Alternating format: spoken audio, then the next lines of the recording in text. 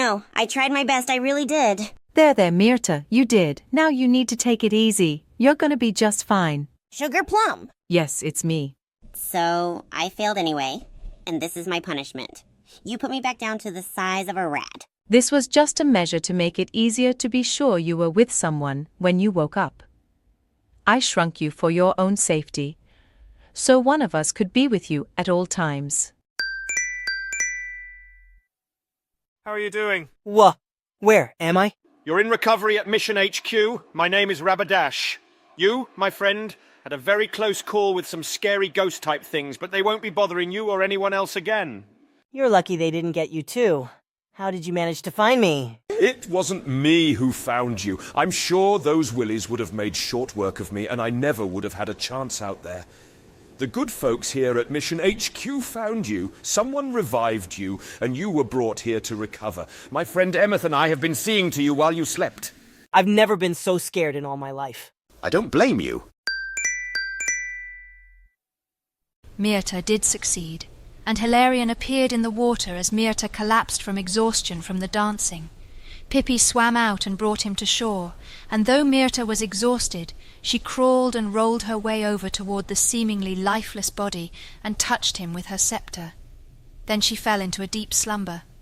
Pippi tried CPR and saw no change, but we took Hilarion along with Myrtha to a hospital anyway, where they were treated, and miraculously, Hilarion was revived.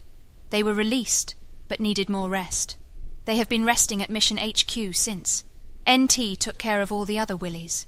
They have been obliterated, except for Zulma and Moina, who left in the middle of the dancing, and they never returned to either help us out or get their comeuppance from NT. Gradually, everyone assembled in the meeting area at Mission HQ. First to join Sugar Plum, Myrtha and Queen Lillian was Jessica Smith. But she still had a way to go before she was ready to forgive Myrtha or accept that she really was sorry for what she had done. Sugar Plum Fairy hadn't restored Myrtha to her normal size yet. Well, if it isn't little Myrtha. Jessica! I know you don't like me, Jessica, but I really did try to undo the damage I caused, and it was not a day at the beach. What was it like for you? The music and lyrics condemned me with every step. My heart pounded, my head throbbed, and that was before the exhaustion kicked in.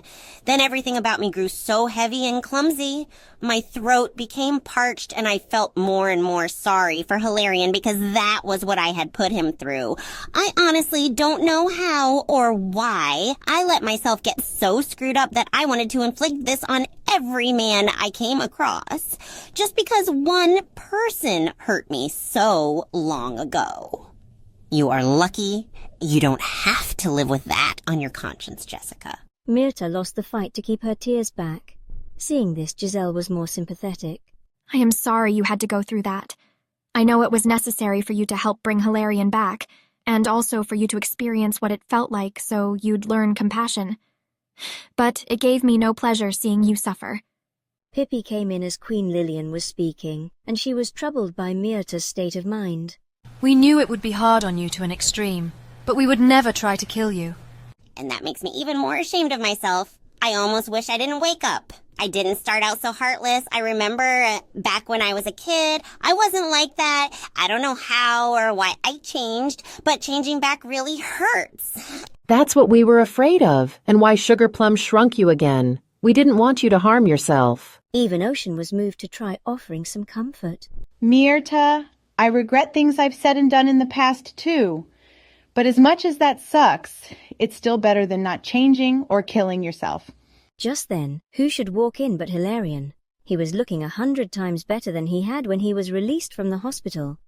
A good rest does a person wonders. He smiled at the group assembled. Hey everyone, wow. I remember you, Queen Lillian, and Pippi. But who are all the others? Myrtha winced and tried to make herself even smaller than she was already. Apparently, she did not wish to get noticed by Hilarion.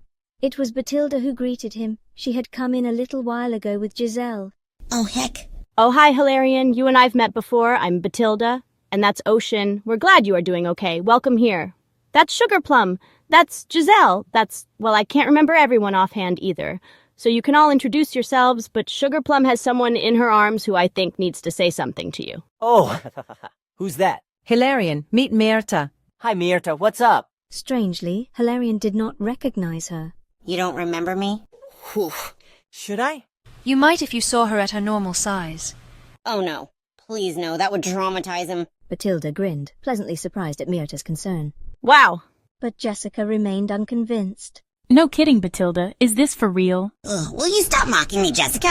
I can't feel much worse than I do already. The little Furby, Elizabeth, was confused.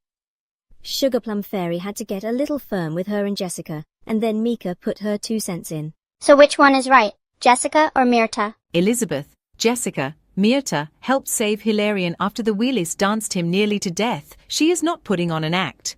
Yeah, I don't think those are crocodile tears. What do you mean she helped save me? She had to be a lot bigger then. She was. Hilarion, Myrtha, I want you to look right at each other. Do you recognize each other now? I remember you, Hilarion. But you look different. You are curious, confused. But at least you don't look full of terror and anguish and suffering anymore. I am so sorry for everything, and I know no amount of apologies will ever make up for it or erase it from your mind. More tears rolled down Myrta's cheeks. I don't understand. You helped me. It was the Wilis who tried to kill me. Should you tell him Myrtha or should I? Sugar Plum, maybe you should put her back to normal. No, I have to face this sometime. Hilarion, I used to be one of the Wilis. I was there when you were forced to dance. I was their queen. It was on my orders. They dance every man to death that got in our way. Hilarion gaped. You did what? So what made you change your mind? Now it was Myrta's turn to express anguish, and she was trembling all over. You have every right to be angry, disgusted, repulsed, any and all negativeness at me. And I have no right to ask or expect your forgiveness. Hold tight. I'm going to put you in this chair, Myrtha, and then restore you to normal. Oh my gosh, it is you! Now Hilarion recognized the Queen of the Wilis at last. The paleness, the face, and the scepter Sugar Plum placed in Myrta's hand. What was missing, however, was the cruel, cold expression. It was replaced by one of remorse, which looked so out of place on that face. Myrtha struggled for some time to speak, and finally she hung her head to sob. She let her scepter drop to the floor so she could hide her face in her hands. Hilarion looked on, aghast. He looked from Myrtha to Queen Lilian, then Sugar Plum, then Pippi, and back to Myrtha. Please forgive me. I'm so sorry. I will never do anything like that to anyone again. That was all she could manage. It was hard watching her anguish. Hilarion moved toward her and extended a hand hesitantly, then withdrew it, looking around at the others. It was then that he dared to look at Giselle, whom he had noticed earlier, but didn't want to make something out of that. Now he felt he needed to say something. I thought I was dead out there, but you brought me back. Did you bring Giselle back too, or is this someone else? No, Hilarion. The girl you have feelings for cannot be brought back. Her weak heart killed her. Hilarion hung his head. No, I killed her. If I hadn't been such a jealous fool, none of this would have happened. Tears spilled from Hilarion's eyes. Everyone else looked at Hilarion and Myrtha sympathetically, then exchanged looks with one another. No one really knew what to do at the moment, other than ride this out. It was Batilda who finally spoke up. If you hadn't exposed Albrecht's 2 timing then, I would have found out much later, probably after I would have got married to him. That doesn't mean what you did was right, but I think she would have died early anyway because of her heart condition. If it hadn't been you flushing Albrecht out, it would have been something else. Yeah, if you want to get really specific, if Albert hadn't 2-timed, none of this would have happened. At least not where you're concerned. But there's still a chance that Myrtha could have danced any other young men to death and we might never have found out about it. Jessica Marley Smith, if you don't stop hurling attitude at Myrtha, I will shrink you down next. Oh, please do, Sugar Plum Fairy. That would be so much fun. Ugh, no, not even for Elizabeth. Ha ha ha ha ha. The cat and mouse game is on. No, hey, get away from me. Elizabeth, don't you dare. Coochie, coo. Help!